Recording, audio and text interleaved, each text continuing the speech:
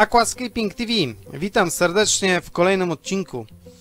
Dzisiejszy film jest z serii Facebook Pyta. Wiem, że to wasza jedna z ulubionych serii na moim kanale, więc powinno być ciekawie. Chociaż też wiem, że to seria filmów dla mniej zaawansowanych akwarystów, a więc ci, którzy już wiedzą o tym, o czym będę mówił w tym filmie, po prostu będą patrzeć sobie na moje akwarium. W jaki sposób utrzymać krystalicznie czystą wodę w naszym akwarium? Na to pytanie próbuje znaleźć odpowiedź wielu początkujących akwarystów. Duży odsetek akwarystów zadaje sobie to pytanie dopiero wtedy, kiedy coś złego się dzieje w tym akwarium. Mętna i śmierdząca woda, problemy z glonami to częste przyczyny złej filtracji bądź źle dobranej filtracji w naszym akwarium. Teraz będzie naprawdę banalne pytanie dla większości widzów tego kanału, ale to pytanie dość często zadawane jest na mojej grupie facebookowej Akwarium Amatorskie. Kto jeszcze nie jest na tej grupie, bardzo serdecznie zapraszam. Czy filtr w akwarium musi pracować cały czas? Tak. Filtr w akwarium musi pracować 24 godziny na dobę, 7 dni w tygodniu, w święta i w niedzielę. Nie wiem, co na to rządzący w naszym kraju, ale w przypadku filtra niestety to jest konieczne. A więc jaki rodzaj filtra wybrać do naszego akwarium, żeby spełniał nasze oczekiwania? Oczywiście wszystko zależy od wielkości akwarium, jakie posiadamy i tego, co będziemy tam w tym akwarium trzymać. Na rynku dostępne są różnego rodzaju filtry. Ja najczęściej stosuję filtry zewnętrzne, tak zwane kubełkowe, jak to woli karnistrowe, z możliwie największą pojemnością na media filtracyjne. Jak już jesteśmy przy mediach filtracyjnych, należy wspomnieć o ich roli. W standardzie filtry kubełkowe są wyposażone w dwa rodzaje mediów filtracyjnych. Pierwszy z nich to media mechaniczne, gąbka i wata, które mają za zadanie oczyścić wodę ze stałych, większych zanieczyszczeń, na przykład takich jak obumarłe rośliny. Po prostu jest to taka pierwsza zapora, która ma na celu wyłapanie wszystkich większych zanieczyszczeń z wody, żeby po prostu nie dostały się głębiej do naszego filtra. Tam też przeważnie jest najwięcej tych zanieczyszczeń. Inna sprawa.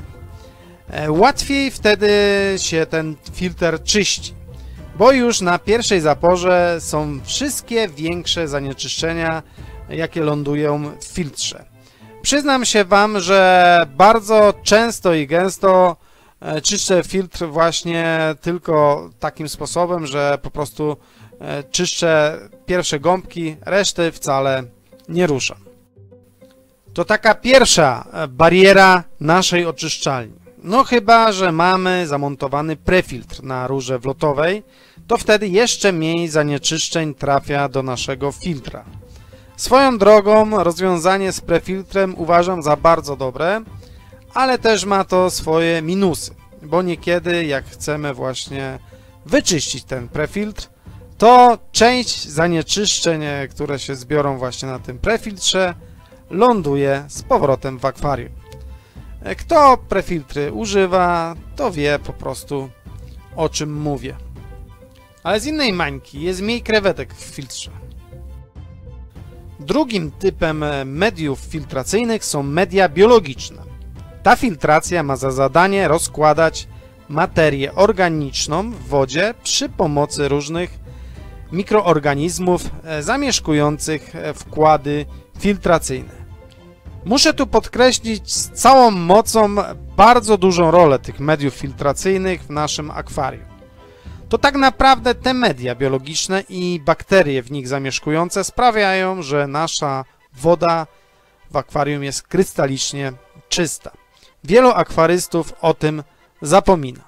Trzeba tu też wspomnieć, że w gąbkach i różnego rodzaju watach do wyłapywania zanieczyszczeń stałych też oczywiście osiedlają się wspomniane bakterie.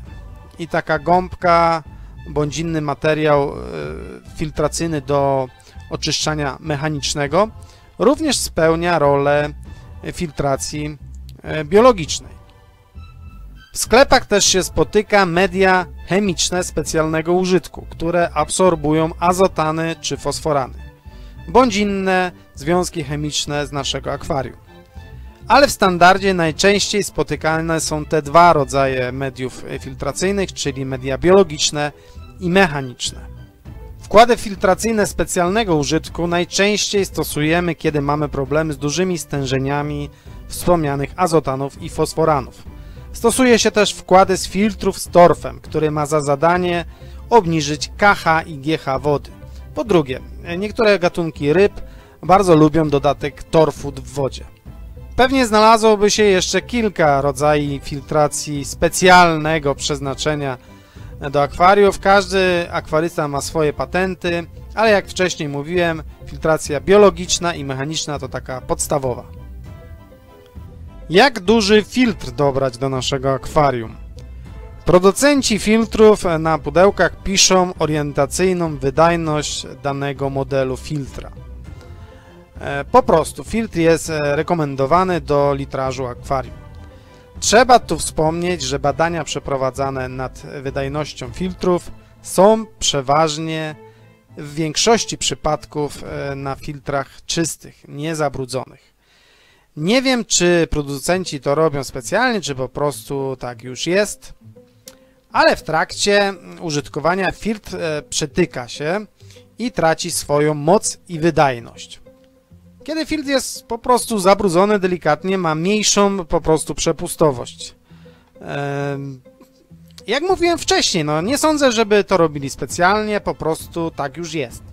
Że te wyniki przeprowadzane przez różne firmy są nieco przekłamywane, ale fakt faktem tak jest. Dlatego proponuję wybrać moją metodę, która jest banalnie prosta. Po prostu do akwarium wybieram filtr o jeszcze raz większej mocy niż rekomendowana przez producenta. Jak mam na przykład akwarium 100 litrów, zawsze wybieram filtr rekomendowany do akwarium 200 litrów. Jak mówiłem wcześniej, po prostu jeszcze raz większej mocy. Wtedy woda w naszym akwarium jest idealnie czysta, a my możemy się cieszyć pięknem naszego podwodnego ekosystemu. Wydaje mi się, że w kwestii filtracji to by było na tyle. Jeżeli podobał Ci się dzisiejszy odcinek, nie zapomnij potwierdzić to, klikając łapkę w górę. Jeżeli masz jakieś pytanie odnośnie tego odcinka, bądź jakiejś innej kwestii związanej z akwarystyką, zapraszam do komentarzy. Słuchajcie, miło jest nawet czytać takie zwykłe cześć w komentarzach. Ja to nie uważam za nic złego, jak niektórzy youtuberzy. Zawsze miło się czyta. Bardzo zachęcam wszystkich do komentowania. Oczywiście, kto jeszcze nie subskrybuje, niech koniecznie zacznie to robić. W dzisiejszym odcinku to by było tyle. Zapraszam na kolejne odcinki. Trzymajcie się, akwaryści. Pozdrawiam wszystkich serdecznie. Cześć.